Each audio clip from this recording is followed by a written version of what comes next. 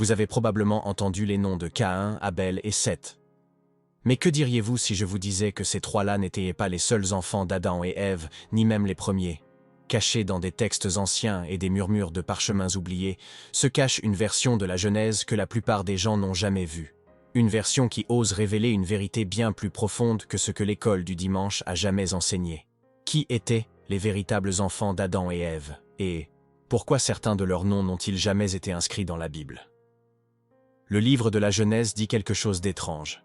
Après avoir nommé Caïn, Abel et Seth, il ajoute simplement « Adam engendra d'autres fils et filles », sans plus de précision, sans nom, sans détails, sans histoire.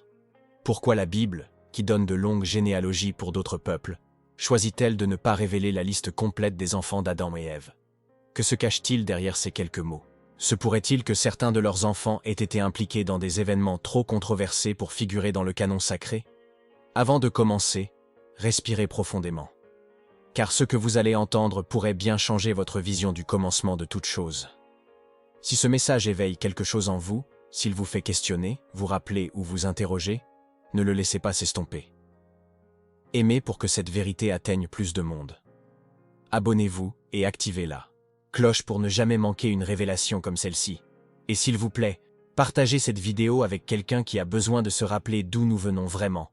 Enfin, dites-nous dans les commentaires, de quelle partie du monde regardez-vous cet éveil? Des écrits anciens, extérieurs à la Bible, comme le livre des Jubilés et d'autres textes apocryphes, mentionnent d'autres enfants. Ils parlent de filles, comme Awan et Azura, et suggèrent même que Caïn a épousé l'une d'elles. Certes, Caïn a épousé sa sœur, mais la Bible ne le dit jamais directement. Ces textes laissent également entendre quelque chose de plus troublant. Tous les enfants d'Adam n'étaient pas pleinement humains.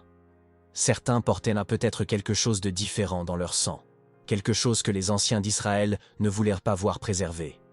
Mais plus intrigantes encore sont les théories selon lesquelles Caïn lui-même n'aurait pas été le véritable fils d'Adam. Certaines traditions juives anciennes suggèrent que Caïn serait le fruit de l'union d'Ève et d'un être extérieur à la terre. Elles affirment que le serpent d'Éden n'était pas seulement symbolique. Il représentait une entité dotée d'un pouvoir réel qui a marqué la nature même de Caïn. Serait-ce la raison pour laquelle Dieu a marqué Caïn et l'a renvoyé? Était-ce plus qu'une punition? Était-ce une séparation de la véritable lignée? Si le sang de Caïn était différent, s'il n'était pas le véritable fils d'Adam, qu'est-ce que cela signifie pour le reste de l'humanité? Une lignée distincte a-t-elle été créée dès le commencement? Une lignée vouée au conflit, à l'exil, voire à la corruption? Certains parchemins anciens suggèrent que la véritable lignée, celle choisie par Dieu, ne commençait ni avec Caïn ni avec Abel. Elle commençait plutôt avec Seth. Mais pourquoi lui? Qu'est-ce qui a fait de Seth l'enfant remplaçant? Et que fallait-il effacer pour que son histoire devienne le fondement de la lignée vertueuse?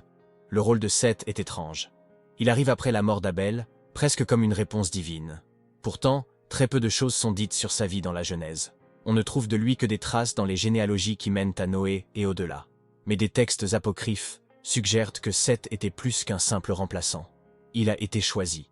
Ses descendants étaient censés porter la lumière de l'Éden, le souvenir du jardin pur, et une promesse enfouie sous des générations.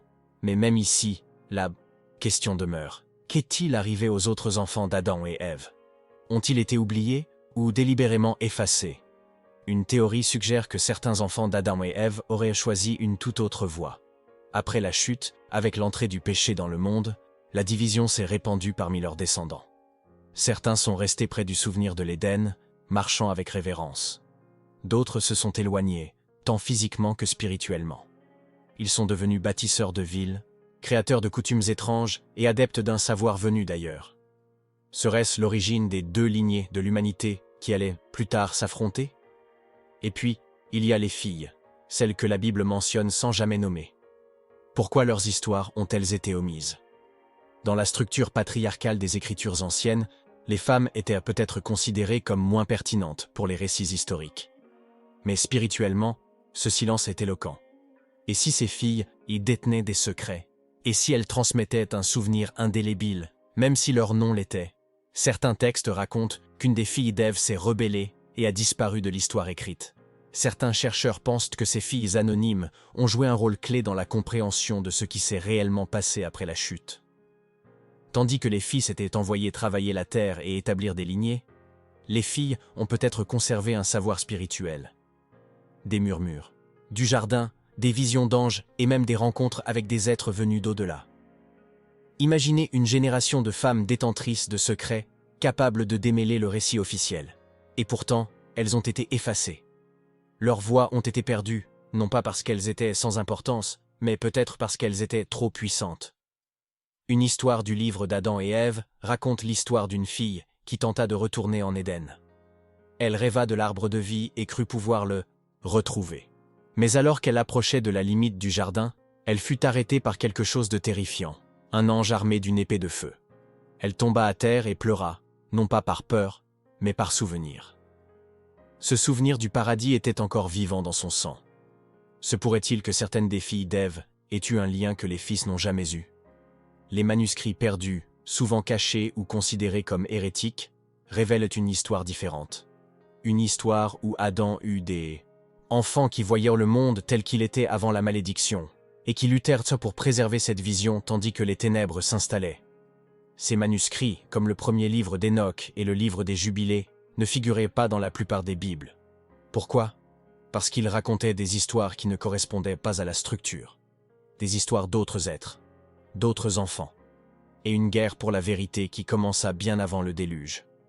Dans l'un de ces textes, il est dit qu'Adam a tenté de consigner par écrit tout ce dont il se souvenait concernant l'Éden. Il a créé un document, un rouleau de mémoire contenant les noms de tous ses enfants. Mais ce rouleau n'a jamais été retrouvé. Certains disent qu'il a été emporté au ciel. D'autres pensent qu'il a été caché sous terre pour le protéger de ceux qui voulaient déformer la vérité. Et si ce rouleau contenait les noms de filles et de fils dont on ne parlera plus jamais? Et si la véritable histoire de l'héritage d'Éden était toujours enfouie, attendant d'être révélée? Imaginez un parchemin écrit par le premier homme à avoir marché avec Dieu, documentant non seulement des événements, mais aussi des émotions, des visions et des avertissements. Si un tel document existait, il serait plus qu'historique.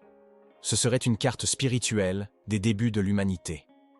Certaines traditions anciennes affirment que ce premier rouleau de la Genèse aurait été transmis secrètement de génération en génération, conservé uniquement par la lignée la plus pure, jusqu'à sa disparition complète à l'époque de Enoch. Quel savoir contenait-il? Et qui a décidé qu'il était trop dangereux pour le monde de le conserver? Parmi les plus anciennes traditions orales, on trouve un récit selon lequel Adam aurait rassemblé tous ses enfants et leur aurait révélé la vérité sur le jardin. Ce qu'il avait vu, ce qu'il avait perdu et ce que Dieu avait promis de leur rendre un jour. Mais tous n'y se croyant pas. Certains se moquèrent de lui. D'autres le craignaient. D'autres encore le quittèrent et ne revinrent jamais. À partir de ce jour, une division se forma. Une lignée resta proche de la montagne de Dieu. L'autre se dirigea vers l'est, bâtissant des villes, et oubliant la voie qui les accompagnait autrefois dans la fraîcheur du jour. Ceux qui restèrent devinrent les gardiens de la lumière. Leurs descendants finirent par inclure Enoch, Mathusalem, Noé et Abraham. Ce n'était pas seulement une lignée génétique, c'était une lignée spirituelle. Une lignée qui se souvenait. Mais qu'en est-il des autres? Ceux qui furent exclus du texte? S'ils étaient eux aussi des enfants d'Adam et Ève, qu'est-il advenu de leur histoire? Ont-ils été effacés par la rébellion? Ou à cause de quelque chose qu'ils savaient? Beaucoup pensent que les premiers scribes et chefs religieux craignaient ces récits alternatifs. Les inclure dans le canon risquait de soulever des questions remettant en cause la structure du pouvoir. Après tout, si l'histoire officielle ne révélait qu'une partie de la vérité, comment pouvait-on croire à ce qui allait suivre? Les manuscrits furent donc cachés, les noms furent effacés, et le monde se retrouva avec une version de la Genèse qui débute par un mystère et dissimule l'héritage complet de la première famille. Au fil du temps, les légendes du rouleau caché d'Adam se sont estompées et sont devenues mythiques. Mais des fragments de son contenu ont survécu dans des textes épars, certains préservés par les premiers mystiques juifs, d'autres enfouis dans des grottes oubliées. Ces fragments évoquent non seulement des noms, mais aussi des destinées. Un nom, jamais mentionné dans la Bible, appartiendrait à une fille d'Ève qui aurait eu des visions du déluge à venir. Elle aurait crié à sa famille pour l'avertir, mais elle n'aurait pas écouté. Son sort, inconnu. Son nom, effacé. Mais sa voix, disent certains, résonne encore dans le silence des Écritures. Et puis il y a le mystère des observateurs, ces êtres étranges mentionnés dans le livre d'Enoch. Étaient-ils attirés par les filles d'Adam uniquement pour leur beauté, ou y avait-il encore quelque chose de divin dans leur sang? Ces filles, nées avant les lois de Moïse et les alliances d'Abraham, étaient peut-être porteuses d'une pureté que le ciel et l'enfer reconnaissaient. Les enfants de ces unions deviendraient les Néphilim, géants et guerriers. Mais où sont-ils allés? Et pourquoi leur origine est-elle si discrètement enfouie? Si les véritables enfants d'Adam et Ève comprenaient des êtres à la fois humains et plus encore, alors le récit de la Genèse est bien plus complexe qu'on ne nous l'a enseigné. Il ne s'agit pas seulement d'un récit de création, mais de conflits, de lignées, de secrets et de savoirs sacrés. L'idée qu'Ève ait donné naissance à des enfants dont le destin allait au-delà du jardin change tout. Étaient-ils des messagers de lumière ou des porteurs de rébellion? Et pourquoi les plus anciens parchemins semblent-ils suggérer les deux? Certains textes chrétiens primitifs laissaient même entendre que la lutte entre le bien et le mal n'avait pas commencé avec Caïn et Abel, mais avec une lutte plus profonde entre les enfants de la lumière et ceux de l'ombre, tous deux nés de la même mère. Cette lutte, affirmait-il, a façonné le cours du monde antique, non pas par le biais d'empires ou d'armées, mais par l'héritage, à travers l'ADN même des premiers humains. Se pourrait-il que nous ayons hérité de ces fils et filles oubliés bien plus que nous ne le savons? Certains rabbins de l'Antiquité croyaient que les premiers enfants d'Adam avaient hérité de souvenirs, non seulement de l'Éden, mais du ciel lui-même. Ils étaient nés de deux êtres qui avaient marché avec Dieu, qui avaient entendu sa voix sans crainte. Imaginez la conscience que portèrent ces enfants. Et imaginez le poids de ce souvenir qui s'estompait à chaque génération. Certains disent que c'est la raison pour laquelle le monde primitif est devenu si corrompu. Ces souvenirs ont été supprimés, déformés ou intentionnellement réduits au silence par ceux qui craignaient ce qu'ils révélaient. Dans une tradition apocryphe, il est écrit qu'Adam avertit Seth d'une tromperie imminente. Un jour, les descendants de leur propre sang se détourneraient de la vérité et se mêleraient à des forces venues d'au-delà de la terre. Seth devint alors le protecteur du savoir sacré. On dit qu'il écrivit ses propres parchemins, enterrés sur une montagne qui deviendrait plus tard sacrée pour des générations de prophètes. Mais une fois de plus, ces parchemins disparurent, soit détruits, soit cachés jusqu'au moment fixé. Ce qui est encore plus choquant, c'est que certaines des premières sectes chrétiennes croyaient que Jésus lui-même était l'accomplissement de la lignée de Seth, non pas celle de Caïn ou d'Abel, mais la lignée de lumière préservée. Cela signifie que la véritable guerre n'a pas commencé en Éden, mais dans le ventre d'Ève, avec des enfants qui se dresseraient un jour dans les camps opposés d'une bataille qui continue encore aujourd'hui. L'une préserve la vérité, l'autre cherche le contrôle, la tromperie et l'effacement. Et toutes deux parcourant la terre jusqu'à ce jour. Si tout cela est vrai, alors ce qu'on nous a enseigné sur le commencement n'est qu'une partie de l'histoire. La Bible s'ouvre sur un jardin, un serpent, un fruit, mais entre ces lignes se cache un mystère plus profond. Une famille déchirée par des forces invisibles, un parchemin écrit et caché, et des enfants nés avec des rôles qu'ils n'avaient jamais choisis. La question est maintenant, pourquoi tout cela nous a-t-il été caché? Et que se passera-t-il lorsque les vrais noms seront enfin prononcés à nouveau? Certains pensent que la réponse réside dans le silence entre les versets. La Bible nous offre des aperçus, mais jamais la vision complète. Elle se situe entre l'exil de Caïn et la naissance de Seth, entre la mention de fils et filles et les généalogies qui omettent leurs noms. C'est là que réside l'histoire cachée, non seulement dans ce qui a été écrit, mais aussi dans ce qui a été supprimé. Dans ce qui était trop dangereux, trop mystérieux ou trop divin pour être préservé au grand jour. Aujourd'hui encore, les érudits découvrent des fragments, d'anciens parchemins dans des grottes désertiques, des écrits oubliés des premiers pères de l'Église, des codex secrets scellés par le temps. Ces documents ne nient pas la Genèse. Au contraire, ils comblent les lacunes. Ils parlent d'arbres sacrés au-delà du jardin, d'êtres célestes qui enseignaient des arts interdits, et d'enfants qui ont eu des visions trop sacrées pour être consignés. Ce n'est pas de la fantaisie. C'est un témoignage, préservé par ceux qui ont refusé de laisser mourir la vérité entière. Et si beaucoup rejettent ces récits, les qualifiant de légendes ou de mythes, ils pointent tous vers le même fil conducteur.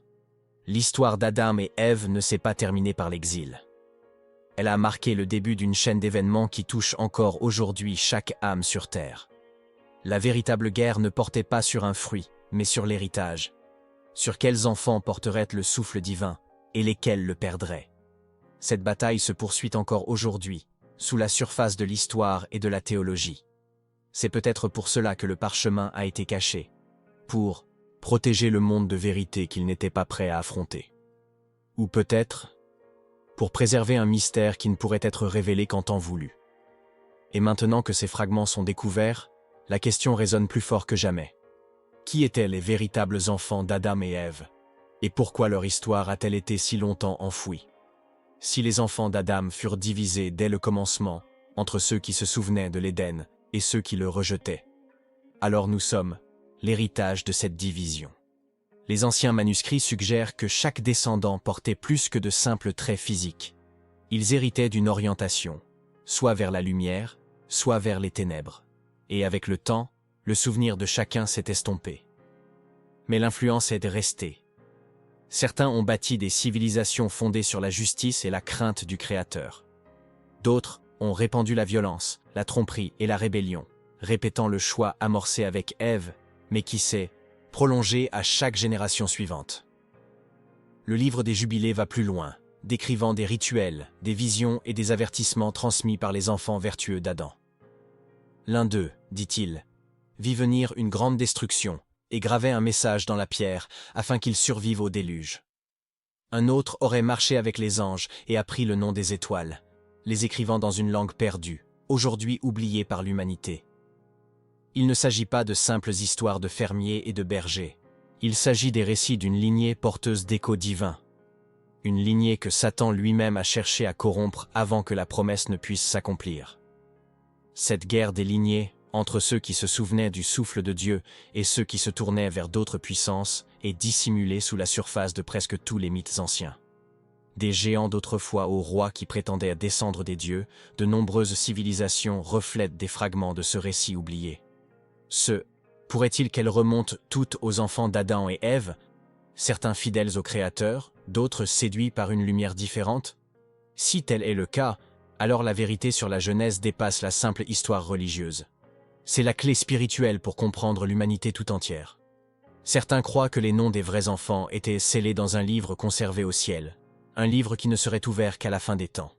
Ce « livre du souvenir », comme certains l'appellent, allait non seulement restaurer ce qui était perdu, mais aussi révéler ce qui était caché.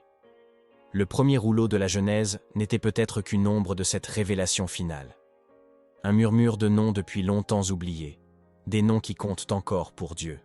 Et peut-être, faites-vous partie de cette lignée oubliée, attendant le jour où votre véritable origine sera révélée. Certains mystiques chrétiens de l'Antiquité croyaient que les enfants d'Adam et Ève n'étaient pas seulement des descendants physiques, mais aussi porteurs de missions spirituelles.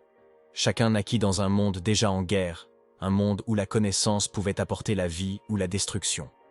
Les parchemins cachés, les noms effacés, n'étaient pas de simples accidents du temps. C'étaient des omissions intentionnelles, destinées à empêcher l'humanité de comprendre pleinement son identité. Car si nous savions d'où nous venons vraiment, nous pourrions commencer à voir ce que nous sommes véritablement, destinés à devenir. Il est possible que le rouleau original de la Genèse, écrit non par Moïse, mais inspiré par les premiers témoins, contienne des révélations sur la nature de la création que nos textes modernes ne font qu'esquisser. Des choses comme le véritable but des enfants d'Ève, le lien entre leur ordre de naissance et leur rôle spirituel, et les secrets transmis par Adam sur son lit de mort. Si ce rouleau nommait des filles qui prophétisaient, des fils qui résistaient au mal et des descendants qui évoluaient entre les royaumes, alors le cacher servait un but, limiter ce que nous croyons possible pour nous-mêmes. Plus nous explorons ces sources anciennes, plus il apparaît clairement que la Genèse n'a jamais été conçue pour être simple. Elle était sacrée, certes, mais complexe. Chaque silence cache un signal. Chaque nom manquant résonne avec intention. Lorsque nous nous demandons pourquoi la Bible accorde autant d'attention à Caïn et Seth, mais passe sous silence les autres fils et filles, nous posons en réalité une question plus profonde. Qui décide quelle partie de notre histoire mérite d'être mémorisée? Et si les parties supprimées étaient celles dont nous avons le plus besoin? En fin de compte, il ne s'agit pas seulement de curiosité ou de faits oubliés, il s'agit d'identité. Si les enfants d'Adam et Ève étaient plus que des noms, s'ils étaient apporteurs de fragments divins, alors leur effacement n'est pas seulement une perte d'histoire, mais un vol de vocation. Quelque part, dans les ruines d'anciens parchemins et dans les marges de textes anciens, leur voix crie encore. Et peut-être, juste peut-être, nous appellent-ils à nous souvenir de ce qu'ils ont été contraints d'oublier. Et si la raison de la suppression des noms n'était pas seulement politique ou théologique, mais prophétique? Certains premiers enseignants croyaient que ceux effacés de la Genèse réapparaîtraient à la fin des temps. Non pas physiquement, mais spirituellement, à travers ceux qui portent leur même essence. Cela signifie que les enfants de la lumière et des ténèbres ne sont pas seulement de lointains ancêtres, mais des forces agissantes en nous aujourd'hui. Chaque humain marche peut-être sur les traces de l'un de ses premiers-nés, inconscient du choix ancien que son âme reflète encore. Ce n'est pas une allégorie. C'est un modèle spirituel inscrit depuis le commencement. Imaginez si les lignées de la Genèse n'étaient pas seulement des lignées de sang, mais aussi des plans, que chaque enfant représentait un type d'humanité, celle qui se souvient, celle qui oublie, celle qui obéit, celle qui se rebelle. En ce sens, Caïn et Abel n'étaient que le début d'un spectre plus large. Certains étaient des artistes, des bâtisseurs et des rêveurs. D'autres étaient des destructeurs, des sorciers et des trompeurs. Et tous provenaient des mêmes parents, Adam et Ève, qui portaient à la fois la lumière divine et la douleur de la chute. Leurs enfants ont hérité des deux, et nous aussi. C'est pourquoi il est important de retrouver ces noms, ces histoires. Ce n'est pas seulement une question de curiosité historique, c'est une question de clarté spirituelle.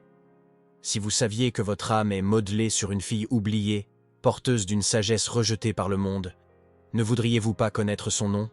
Si vous ressentiez en vous la guerre entre la lumière et l'ombre, ne voudriez-vous pas savoir de quelle lignée vous êtes issus? Ce ne sont pas des questions d'ascendance, mais des questions de destin. Et le premier rouleau de la Genèse pourrait bien détenir les clés que nous ne serions jamais censés perdre. Selon certains fragments, Adam n'a pas seulement écrit sur l'Éden, il a aussi écrit sur ce qui viendrait après. Il a vu des inondations. Il a vu des tours atteindre le ciel. Il a vu des rois naître du sang maudit et des prophètes naître des justes. Il a vu ses enfants se multiplier comme des étoiles, mais aussi se détourner de la source. Si cette vision a été consignée dans ce rouleau, et que ce rouleau a été caché ou emporté, alors, l'humanité marche depuis lors aveugle. Aveugle à son passé. Aveugle à son héritage. Aveugle à sa destination finale. Mais la cécité peut être inversée. Tout au long des Écritures, Dieu promet que dans les derniers jours, ce qui était caché sera révélé. Ce qui était scellé sera ouvert. Le livre de l'Apocalypse parle de rouleaux que personne ne pouvait ouvrir, sauf l'agneau. L'un d'eux pourrait-il être le rouleau original de la Genèse? Celui qu'Adam a écrit? Celui qui contient les noms de tous les enfants oubliés? Si oui, alors ce que nous avons considéré comme perdu n'attend peut-être plus que cela. Attendant que ceux qui ont des yeux pour voir et un cœur pour croire que le commencement n'était pas destiné à rester enfoui. Et maintenant, la question vous vient à l'esprit. Non pas en tant qu'érudit, ni en tant qu'historien, mais en tant qu'âme. Qui êtes-vous dans le récit de la Genèse? Êtes-vous l'enfant qui se souvient? Celui qui entend encore parler d'Éden en rêve? Ou êtes-vous celui qui s'est détourné, qui a suivi les villes et les ombres, qui a oublié la voie qui marchait autrefois dans le jardin?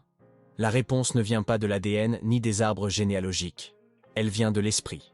Et parfois, l'esprit se souvient de ce que l'histoire oublie. Il n'a peut-être jamais été question des noms eux-mêmes, mais de réveiller l'héritage qu'ils portent. Nul besoin de trouver un parchemin enfoui pour savoir que l'on a été créé pour quelque chose de plus grand. La vérité a toujours résonné sous la surface, entre les versets, dans les longs silences des Écritures. Les véritables enfants d'Adam n'étaient pas seulement une question de sang. Ils étaient une question d'appel. Et maintenant, cet appel est restauré. Morceau par morceau, nom par nom, ligne par ligne. Car quelque part, dans un jardin que nous ne voyons plus, mais que nous désirons toujours, notre histoire a commencé. Et peut-être, dans un parchemin que le ciel conserve encore, ton nom est-il déjà inscrit. Non seulement comme descendant d'Adam et Ève, mais comme porteurs de la lumière qu'ils ont perdue. Les vrais enfants ressuscitent, non pas pour réécrire le passé, mais pour achever ce qui a été commencé au commencement. Si ce message vous a touché au plus profond de vous, ne le laissez pas passer sous silence.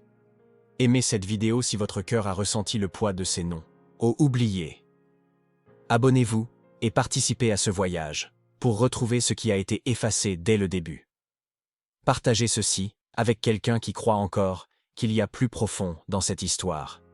Quelqu'un qui cherche la vérité sous la surface. Et avant de partir, indiquez dans les commentaires la ville ou le pays d'où vous regardez. Parce que peut-être, vous aussi faites partie de cette lignée cachée qui s'éveille.